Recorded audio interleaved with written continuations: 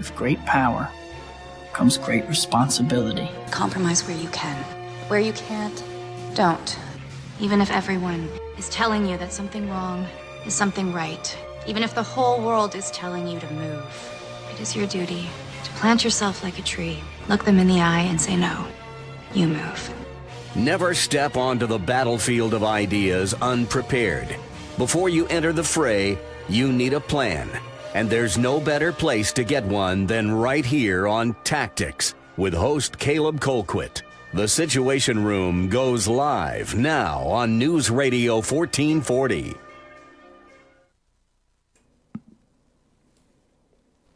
Good evening, everybody, and thank you so much for being with us here on Tactics, where speech isn't violence, tolerance isn't love, and disagreement isn't hate. Now, regardless of how you're watching us tonight, whether you're watching us on YouTube, Facebook, Twitter, Twitch, Mixer, Periscope, we're on basically all the platforms now, or if you happen to be listening to us on News Radio 1440 on the traditional terrestrial signal, we appreciate you giving us your valuable time. And even though it's Thursday, we're not going to slow down. We go straight for the Alabama coronavirus update with the latest from the Alabama Department of Public Health.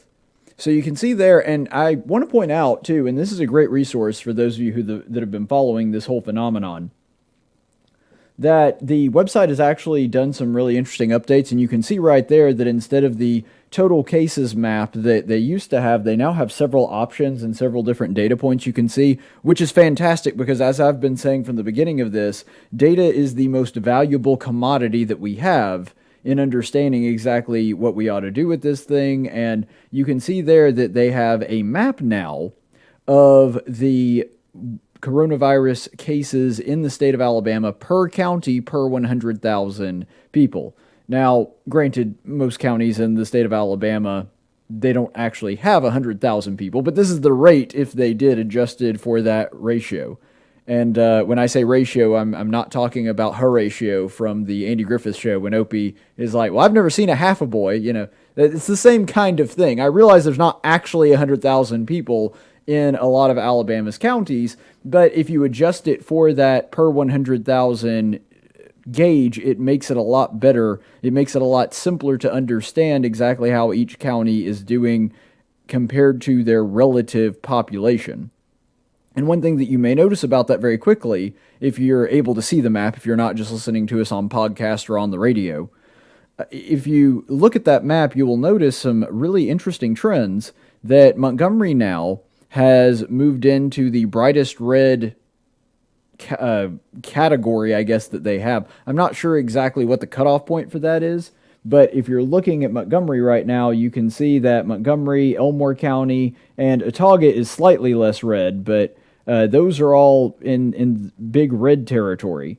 And other counties, they just have larger populations and a smaller percentage of their population has gotten it. You can see up there, Jefferson County, Shelby County, they're not way far behind. And you'll also notice that Mobile County is pretty up there. Baldwin County, not quite as much. And the reason that all of this is really important is because we in Montgomery County, and this is not even counting Elmore and Autauga, which of course would be included in the river region, we are actually have already surpassed Baldwin County and are knocking on the door for Mobile County, which was one of the later areas that had a spike. And so the news that you've been seeing over the past couple of days, and we actually spoke about this yesterday and the day before, it's overblown, and there are people that I think are making a far bigger deal out of it than it probably is. But this is not to say that it is not a real issue and that people in Montgomery especially should be extra careful right now, specifically because it is something that is circulating pretty quickly within Montgomery County, Elmore County, and to a lesser extent, but still a significant one, Autauga County. And this is one of the things that I've been saying since the very beginning, because I've been in favor of there being no government mandated restrictions from the very beginning. But in conjunction with that belief, I also believe in regular citizens being responsible, using their liberty wisely, and taking adequate precautions. I don't think you need to overdo it, and I think that's certainly possible, and there are people that are certainly doing that, but it makes sense for us to be smart with this thing. And it makes sense for us to, when we're looking at the numbers and saying, okay, well, in this area of the state, it seems to be pretty hot right now. Now, granted, those are confirmed cases throughout the entirety of this, but it's important to note that Montgomery County and the area surrounding it specifically have had a little bit rougher time of it the past week than we have been used to, and that's partially because Montgomery County had been one area where we had significantly less confirmed cases than other areas of the state up until very recently. And so just like Baldwin County, it started moving there, and it started moving in the Mobile area in Mobile County, and it started quickly catching up to Jefferson several weeks ago. We're going through exactly the same thing. We're just doing it a few weeks later. And so that's what's going on here. I'm not saying ignore it, but I'm also not saying we need to panic and everybody hide your kids, hide your wife. That's not really an appropriate response either.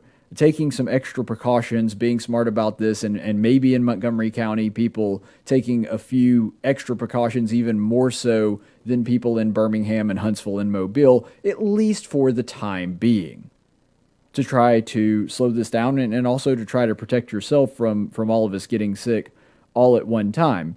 But what I found really interesting, and I'm going to go ahead and bring this up real quick just one more time to give you a visual illustration.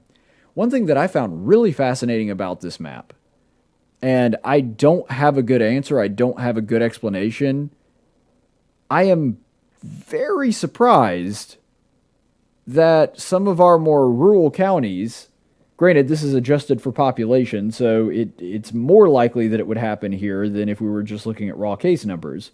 I'm very surprised that some of our rural counties have some of the highest rates. Now, maybe that is because they have such a low population that they just had a outburst of it in one particular part of their county, and this could be, because it is a rural county, let's say the county has a population of a few hundred. Well, if you got, several dozen people sick with this thing at once, you could go from being one of those counties that's barely colored in there, like Coleman County, and go to being bright, bright red in a very short amount of time. That doesn't mean it's insignificant, but it does mean that it could be somewhat misleading. And so I would like some explanation. I wish that I had some more specific data on exactly why some of our more rural counties have the highest levels of, or population of confirmed cases, and some have some of the highest rates. I just find that really surprising. And I do wish that there was somebody who was in charge of maybe data collection or something that I could ask about that. But that's something that really surprises me, because the trend nationally, and this has bore out on a county-by-county basis in other states too, and maybe because it's been around longer, it's just now starting to spread to those. But the trend nationally has been the more rural an area is, the more densely populated it is, that it's going to be more likely to have a higher rate of its population with confirmed cases, and the more rural an area is, the less likely it is to have a very high rate of people within that jurisdiction having the novel coronavirus. So that seems odd. It seems at odds with what we know about this thing so far. So I think that that's something that's going to need a little more investigation. Remember, this is the first day that Alabama Department of Public Health has had that as an option. This is my first chance getting to look at it. And so it's going to take a little time to digest this and watch it over a period of days and try to figure out exactly what that means for us. But it is important to note, because you can look at that map and see all the bright red parts and go, ooh, that's super scary. It's important to note that all of those rubrics, those measures, are in comparison to other Alabama counties. We're not dealing with a map that compares Alabama to every county in every other state. So that bright, bright red can be super scary to somebody that doesn't understand it in the context of it's bad compared to other Alabama counties.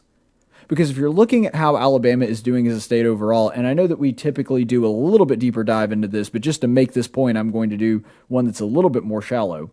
Alabama is still 26th in the entire country with a case rate of 271 confirmed cases per 100,000 in the country.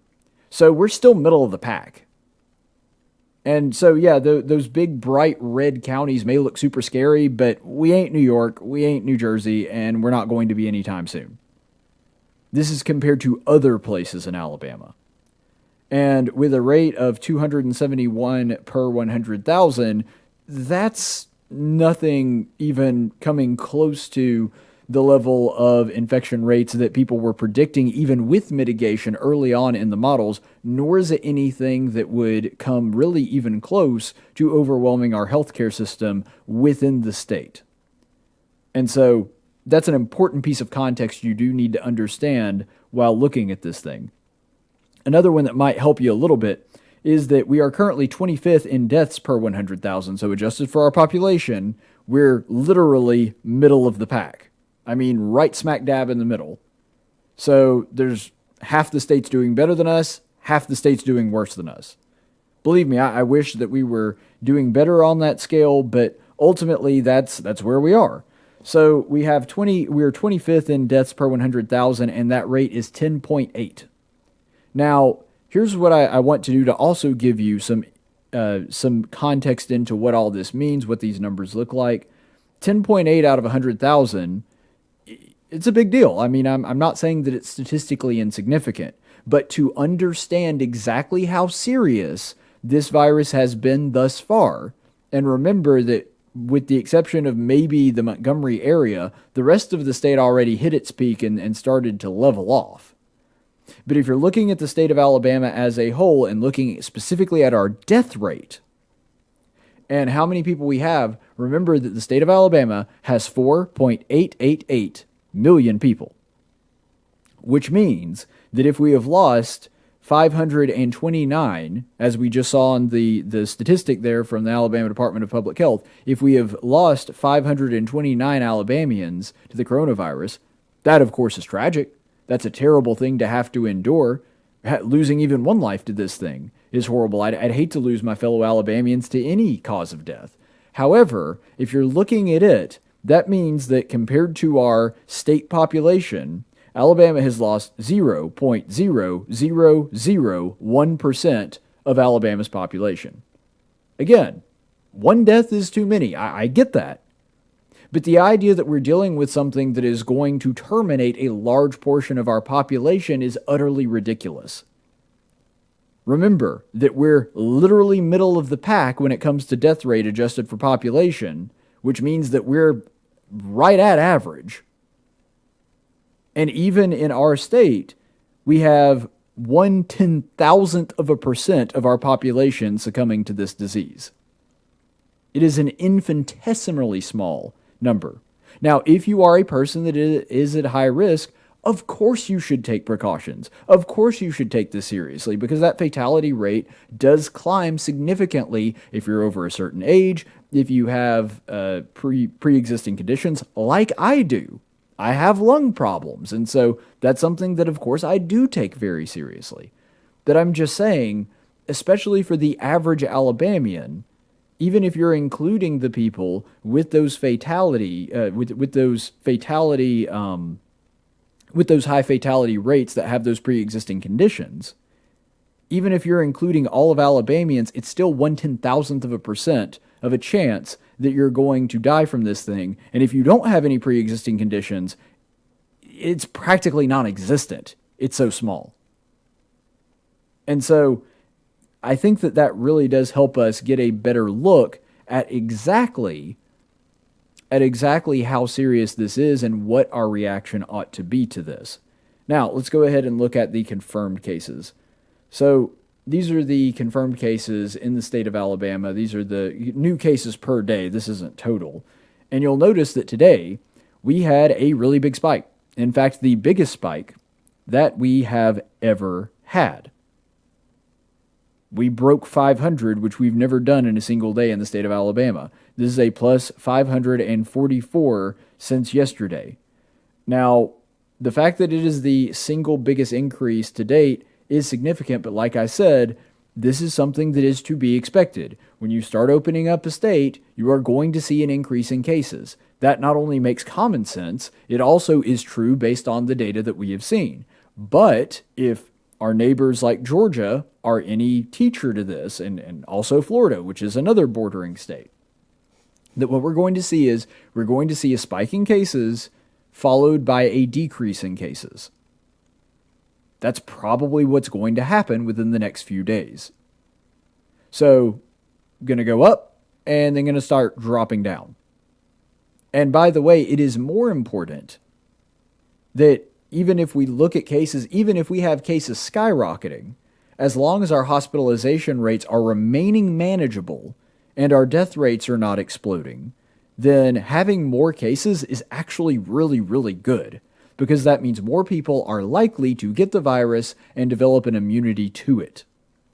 Because with the most recent research that we've done looking at this thing, it seems as though that once you get the coronavirus, you are very unlikely to get recontaminated with it. We don't really have a lot of data on this yet, obviously, because it's a brand new virus.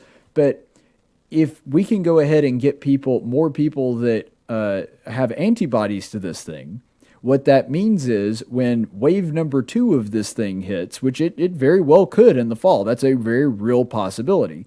But if wave number 2 of this thing hits, then there are already people that already have antibodies. Now, maybe that winds up being very successful. Maybe it doesn't. Maybe the body can't stay immune to this thing or produce those antibodies for an extended period of time. Maybe it winds up being like the flu, where there are different strains of it, different mutations every year. And because that happens, we are not able to just basically get it once and then we're done. We'd have to get it once every season, which is the reason that we have the flu shot.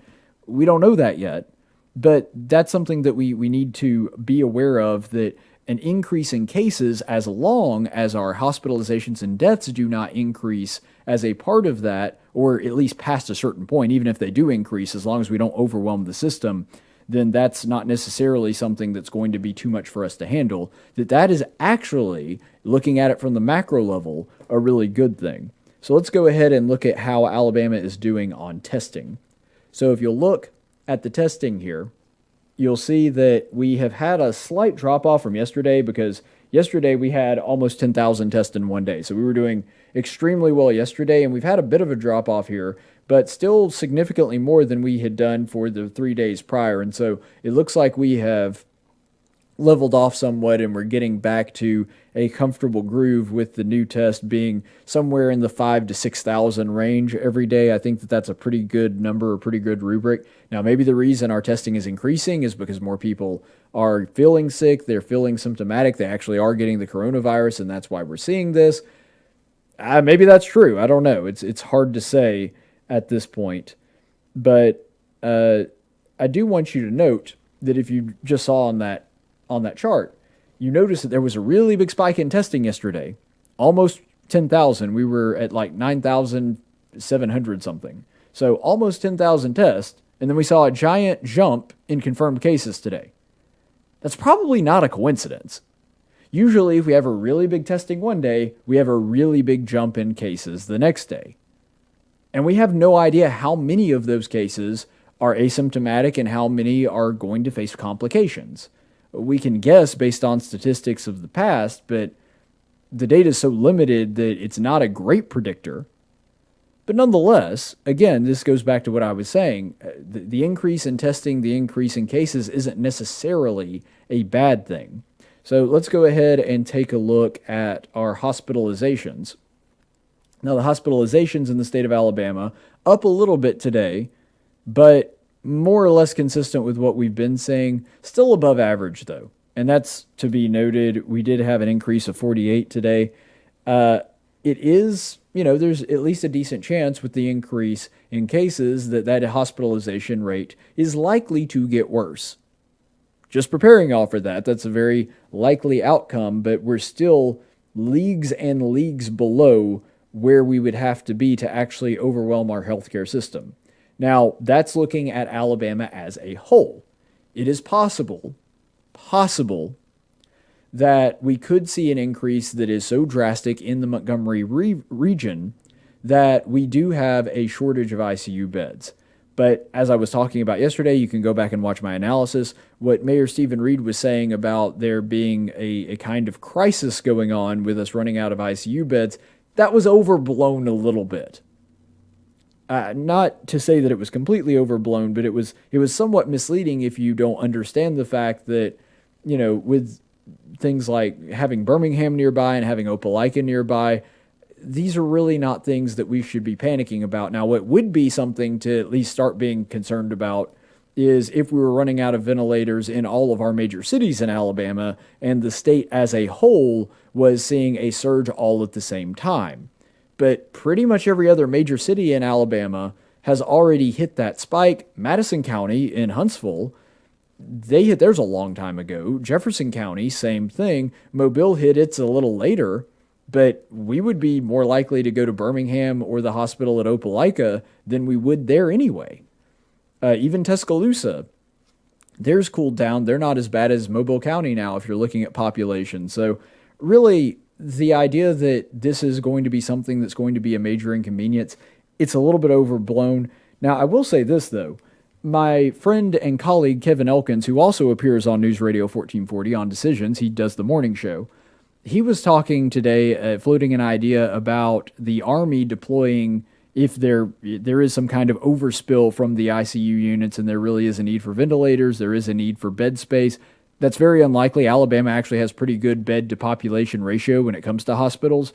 If that were to happen, theoretically, and it doesn't appear as though based on the numbers we're anywhere near the point where we would need something like this, because not only do we have adequate capacity within the city and within the region right now, we also have a capacity in Birmingham and Opelika, like I was saying.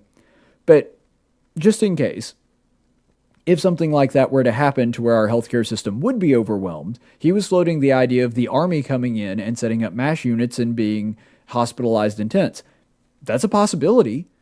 And you may remember that the Army had sent in aircraft carriers, I believe it was the USS Comfort that went to New York. I know that there was one that went to New York and one that went to LA, and they wound up needing neither one of them. And those are the hot spots that are way, way, way worse than anything going on in Montgomery, anything going on in Alabama. And so I think that we're so far from that it's, really unnecessary to make plans like that. But if it were to happen, it's a pretty good idea. If we ever did get to that point, it would make sense. Now, my two big questions would be, first, would the Army be in charge of that or the National Guard? Because it seems to me like it would make more sense for the National Guard to do that, especially since the National Guard basically serves at the pleasure of the governor instead of the president. It's something that's a little bit more localized. They're a little bit more used to handling domestic stuff. The military tends to handle overseas operations, that kind of thing. Now, granted, I'm saying this as an outsider, never served in the military, so I don't know a lot of those inner workings or why that might or might not be a good idea, but just based on my initial look at what this would look like, I think that would be the case. Second part of this is, again, we have so much capacity from Birmingham and Opelika and Tuscaloosa who are now not dealing with the virus very much. UAB is actually reported being significantly under their normal capacity because of everything that was going on. Now that they've reinstated elective operations, maybe they're a little bit closer to capacity than they were beforehand. I would imagine that is the case. But the point is, there's no reason to think that far ahead in the sense that it's not a bad idea to keep in your hip pocket, but we're nowhere near levels where we would actually need something like that. And finally, let's go ahead and look at coronavirus deaths. You can see there, when we're looking at deaths, those are actually on a downward trend, even from the mediocre starting point that they had earlier this week, starting out the week at 15, and had a really, really big lull over the weekend when it comes to deaths. That's kind of to be expected. Deaths are always down over the weekend. But that's where we stand right now with the COVID-19 deaths. So there's a couple takeaways we should really look at here. If everything else is going up and we've got cases, testing going up, hospitalizations above average, and our deaths are going down, there's a couple ways to read that. First of all, that we're heading in the right direction in the sense that we may be getting more overall cases, but we're not getting more deaths. I think that that's incorrect, because I think what's going to happen is we're going to see an increase in deaths as well, but because that's a lagging statistic, we're not going to see deaths resulting from these big spikes probably until about at least Wednesday or Thursday of next week. Could be wrong on that. That's a distinct possibility. But that's what I'm predicting is going to happen right now. And so it's great that it's down. It's great that we're not seeing as many people lose their lives to this thing, that we have more Alabamians surviving this thing. But I'm just saying that we need to prepare ourselves for the fact that the increase in cases probably means there is an increase in deaths on the way. We'll just have to keep our eyes on that one. So overall, it's still looking good for now. We'll have to see where it is in a week, especially in regards to the deaths, and sort of see where we go from there. There is actually some news on the shutdowns and what the government is doing in response to this virus. In fact, if you were watching today, Meemaw had another press conference. So Meemaw Kay has loosened the restrictions once again. You may recall that the Safer at Home Alabama orders that she issued a couple weeks ago, they actually expire tomorrow. So in order to give people a heads up on what is coming down the pipe, she went ahead and talked about the restrictions and exactly what new form those would take, because there were several different options. She could have just said, we're going to continue to extend those restrictions until a further date. We're going to do away with them entirely. We're going to loosen them, or we're going to make them a little bit more strict. So her new Safer at Home orders that did expire tomorrow are going to be replaced. We're still technically under basically the new Safer at Home orders. I think the labels are dumb. They're hard to keep up with. They don't really inform you. I don't know. I think that there needs to be a different naming system. I'm not a PR guy. I'm not sure exactly what that should have been. But the new orders and what they change about what was currently going on is that now schools, daycare centers, summer camps, and entertainment venues can reopen. So I'm going to talk about these in two different lights, because I think they're two very different things.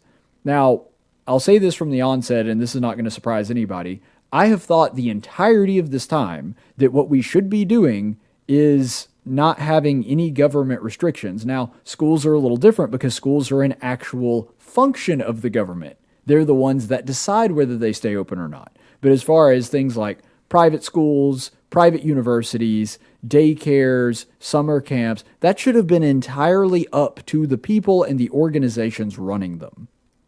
The government should have never had any say in those from the beginning, no matter what they thought was going to happen. Even if they were seeing evidence that the healthcare system was being overrun, nothing, and I repeat, nothing, gives them the right to force a private business or a private organization to shut down, period.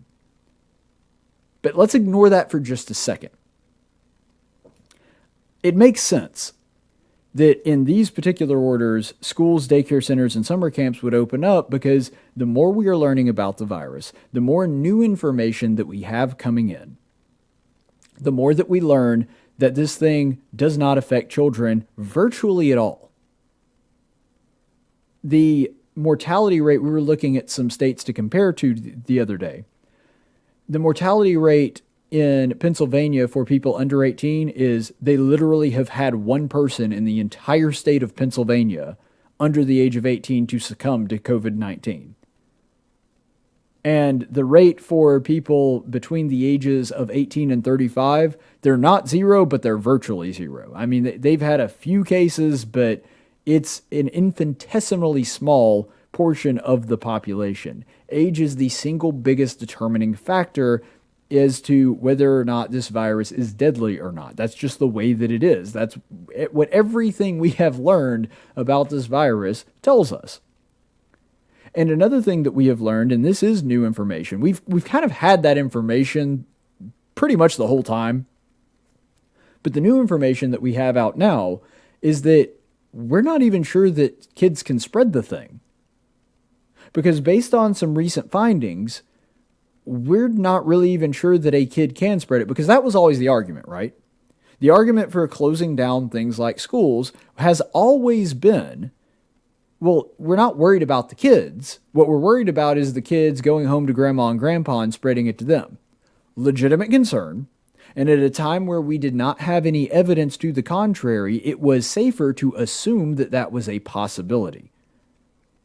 And even though I don't think that the government should, again, close a private school or a private organization, it made sense to me that the government, because of that concern, would shut down public schools at the time. But now we have new information. And we have yet to be able to prove that kids can spread this thing. Yeah, it stands to reason that they do, but considering all the new information that we have, the studies that have been done, that we can't even determine whether or not asymptomatic people are even contagious with this thing. We can't determine whether or not kids have spread it. There has yet to be a confirmed case of a child spreading this thing to an older American thus far. Maybe it's happened. Maybe we just don't know about it. But so far, we can't track that down. And so, really, the kids may be the safest ones, and especially when you're talking about summer camp, one especially where a lot of the activities are done outside, you're out in the sun, it's the best disinfectant.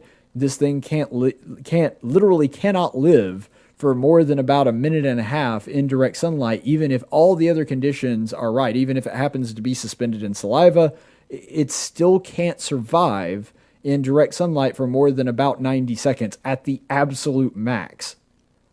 And so it makes perfect sense for things like summer camps to be open. Entertainment venues, again, I don't think that they should have shut down any entertainment venues. I think that that's a liberty issue.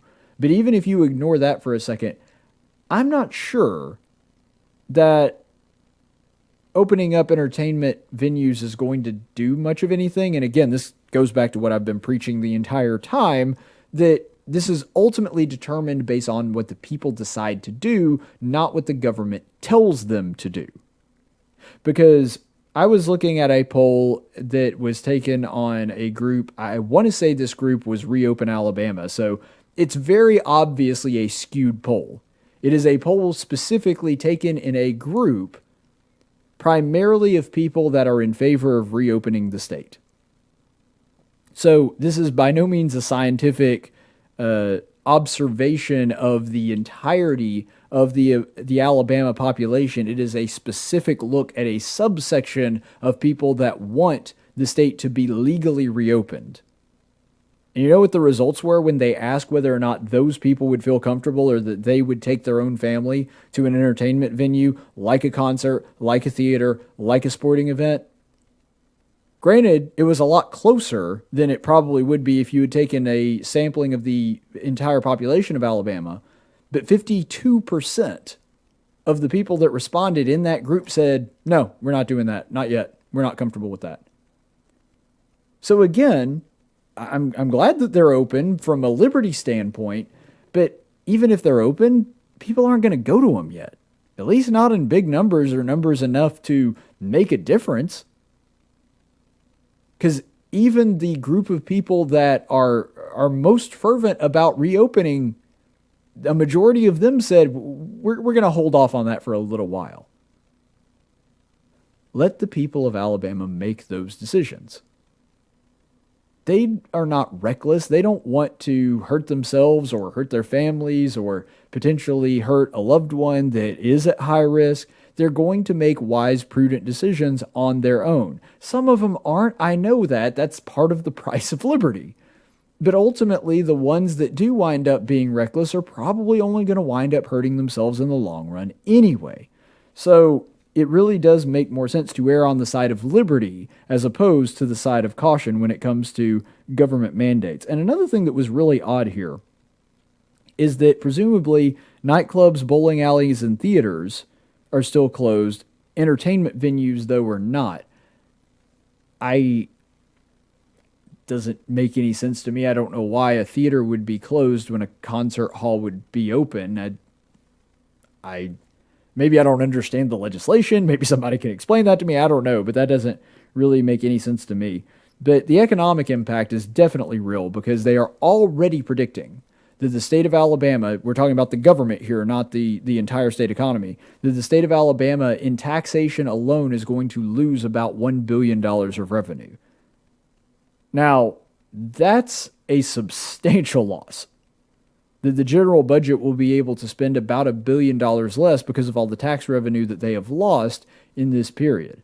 So it's hitting the government hard, it's hitting the economy as a whole hard, because remember, those revenues are based off of the production of its citizens.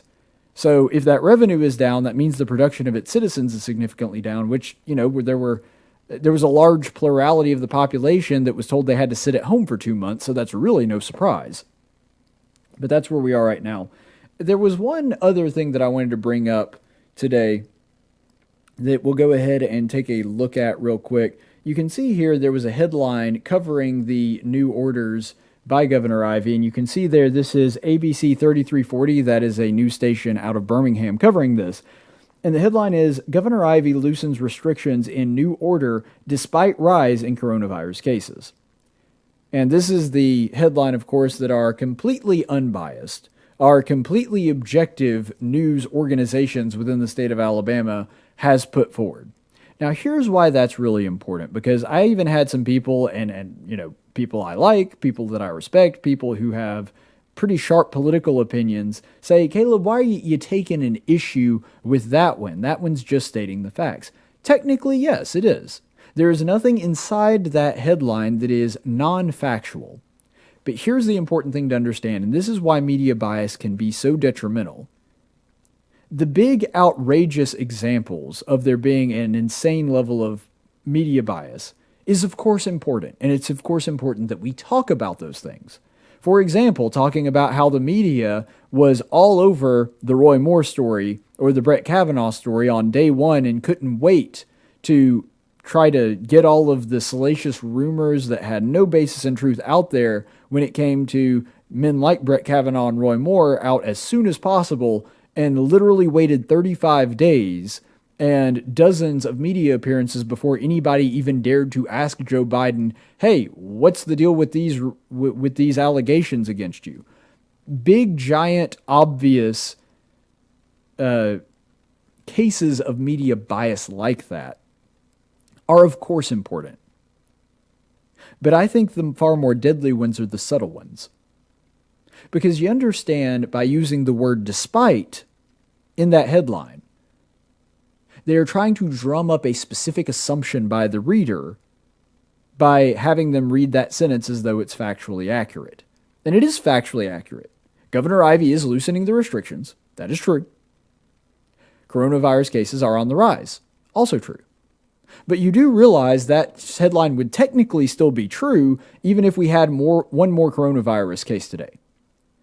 If we had one more coronavirus case today and had 0 yesterday and 0 the day before, and this thing was pretty much over, that headline would still technically be true. That as the coronavirus cases were increasing, Kay Ivey decided to loosen the restrictions. But you understand how misleading that would be? Now, in our case, we've had the single biggest day of gains biggest single day gains of coronavirus cases today. That 544 new cases today. So you could see how you could say, well, okay, but that part's not misleading. But by saying despite, they're drumming up the idea that the action or the reaction from Governor Ivey is not the appropriate reaction. By saying despite the new cases of coronavirus going up, they are insinuating that her course of action is wrong and that the correct action or the action that she ought to take is not that. Now, if the same headline read, and by the way, the content of the article itself is pretty much fine. There's only 1 or 2 sentences I even take issue with. The content of the article is good, but the headline sets the table for the article, and it sets the reader up to believe that those actions are wrong. And it also goes back to the whole moving the goalpost thing, that they are assuming that just because the cases are increasing, that is a bad idea, or that's not supposed to happen when we open it up, which is not true, and that's never what the plan was. It was always to flatten the curve, and we knew that when we opened it back up, of course the cases were going to increase. We knew that from the very beginning. But anyway, by insinuating that, they have very subtly taken the average reader, the person that, may not know all of those details, and set it up to put out this message that what Kay Ivey is doing is incorrect, that her actions do not accurately reflect what should be done in this situation. If that same headline had read, Governor Ivey loosens restrictions, that would have been the best version. I would have even taken, even though I think they're still trying to insinuate something, Governor Ivey loosens restrictions as coronavirus cases increase. I still take a little bit of issue with that because it feels like it's leading the reader somewhere. But ultimately, I think that that is still an accurate one. And I still would say that that is one that you could look at and go, all right, well, at least it's factually accurate. It's not assuming anything or trying to get the reader to assume anything as they're reading the article. That's the difference in subtle bias from the media. And the reason that it's far more dangerous is because it's so subtle that people don't realize they're being led in a certain direction. Even, like I said, people that I respect, people that pay a lot of attention to the news, people that are far more informed than the average person, looked at that headline and went, I don't see the problem. Subtle media bias is the most dangerous one because it does not notify people that they are being led. It's harder for them to understand that they're being led to understand and interpret the news in a certain direction. And that's the problem with media bias as a whole. It's trying to influence as opposed to inform. Now me, I'm an opinion guy. I'm an influencer. I'm trying to influence you. I'm very open about that. That is something that is out in the open for you to understand. But with the news, who is supposed to be unbiased, they pretend and wear that mantle of objective journalism. And then while you're not looking, try to subtly sneak in, influencing your ideas on what should or should not happen. That's the kind of media bias that is the most dangerous. It may not be the most outrageous, but it's definitely the most dangerous. All right, well, I had a couple other stories that I was going to go to, but the thing is, it's 7 o'clock. I got to get to a Bible study. They're already expecting me, and I'm the one hosting the meeting, so I got to get the heck out of here. We will see you next week, Monday, same bat time, same bat channel. In the meantime, stay the course, friends. Tactics is a production of News Radio 1440 and Cumulus Media Montgomery. Opinions expressed on this program are those of the host and do not necessarily reflect the opinions of Cumulus Media or our business partners. Graphics by Jessica Dawson. Video production by Jackson Dean. Broadcast studio provided by Faulkner University. Location studio provided by the Dalreda Church of Christ.